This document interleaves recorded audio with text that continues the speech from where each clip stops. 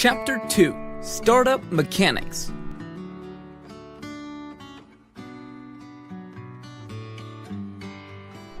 Hi, Liam. How are you doing? Hi, Emma. Everything's going great. I can't wait to get started. I'm really excited. That's great, Liam. Enthusiasm will take you a long way. I didn't want to overload you with too much information last time, but now that you're a little more settled, we can talk a little bit about the next steps you'll be taking as you begin this wonderful journey. I'm all ears. A lot of people in the business world call these nuts and bolts things startup mechanics. That phrase will be thrown around a lot, but few people actually know what it means. It refers to the way that businesses become functional. A good way to remember it is by thinking about the word mechanics. Mechanics are the inner workings of something mechanical or a machine.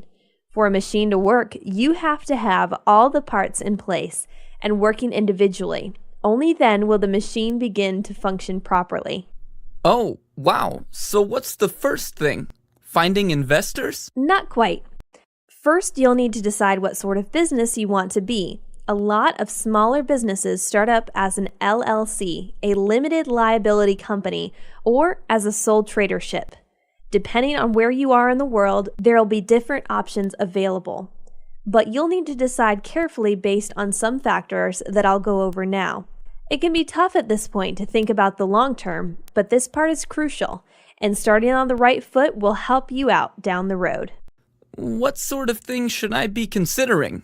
Well, for example, if you are needing to invest a lot of money and time into the development of your product, as you probably will with your app, you might consider creating a corporation or a similar entity that has the ability to create and divest shares. Shares?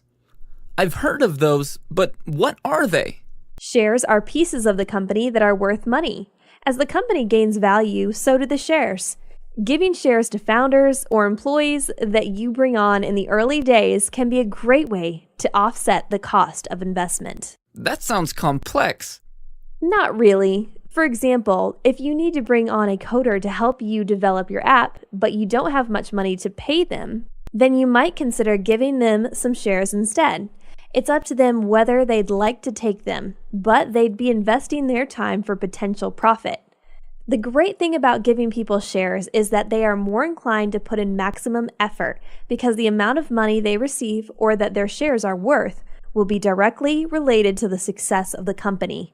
Just be aware that you only have a certain number of shares, and the more you give away at the start, the less you'll have to use later on. Maybe it's best then if I just get some investors on board first before I start anything. I'd rather have money to spend than giving away parts of the company.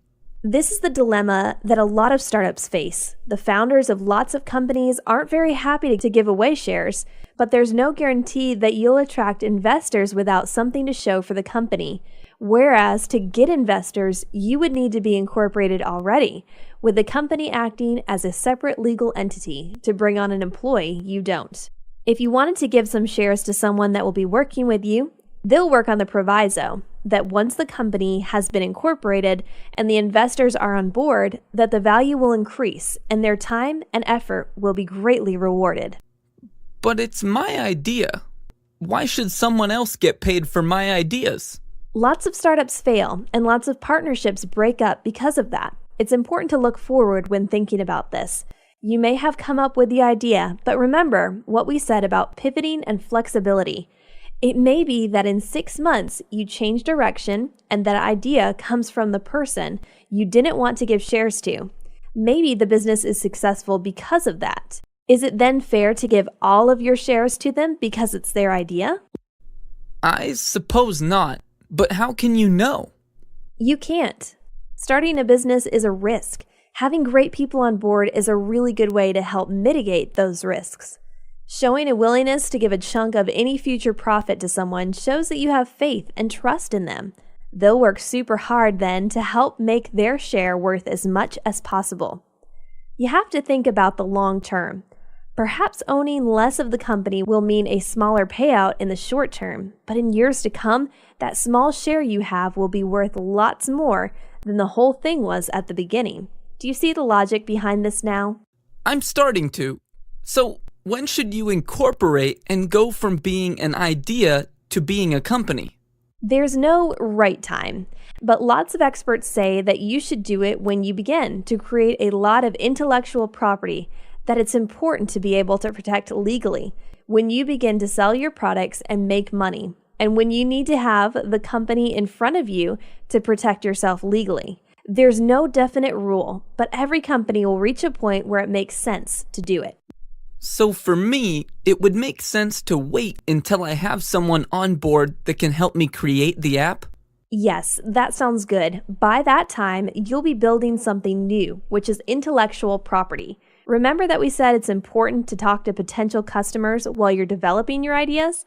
Once you get to that stage and you start to share your ideas, it may be a good time to incorporate so you can prove legally that it's your idea. And then, should anyone try to copy you, you'll be protected. Wow, Emma, you know so much about business. Thanks, Liam, but don't worry, there's lots more to cover yet.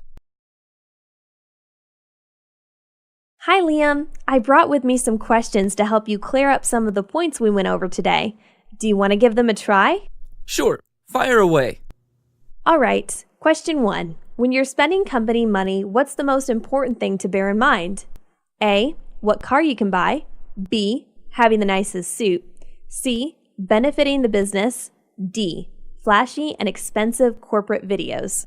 Well, as much as I like cars, I think it's C. That's right. While it can be tempting to spend your first profits or investors' money on nice things, it's important to continually spend money that benefits the company, either by improving infrastructure, hiring new and talented people, or by any other means that benefits the business in a real way.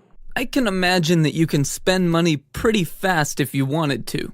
That's right, and a lot of the time business owners overspend because they think profits will improve. Most of the time, they just end up bankrupting the company. Okay, ready for the next one? Question 2. When you're incorporating and starting the business, there will be lots of paperwork, contracts, letters, and other things to keep track of. What's the best way to deal with this? A, hire an outside firm to handle it all for you.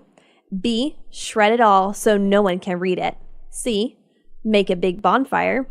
D, come up with a filing system that allows you to access the information when you need to. I'm going with D, because A sounds super expensive, and B only makes sense if you're closing a business. Right again, you'll have to refer to the documents you receive from the government, lawyers, and anyone else, a lot in the company's infancy. It's good to have them close at hand so you know where they are at all times. You need to be focused on the company and not on finding missing documents. Okay, last question. Question 3. What is a company? A, a separate legal entity from the owner.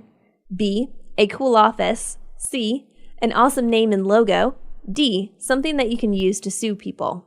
It's either D or A. It's A. Having a company gives the owner protection. It allows them to sue and be sued if need be, protect their IP, have separate bank accounts, expenses, the ability to search for investors, and the power to hire and pay people. When you need to do any of these things, then you should consider incorporation. Though I recommend holding off for as long as possible until you're absolutely ready. This is really helpful, Emma. I feel like I'm definitely on the right track now. I can't wait for the next lesson.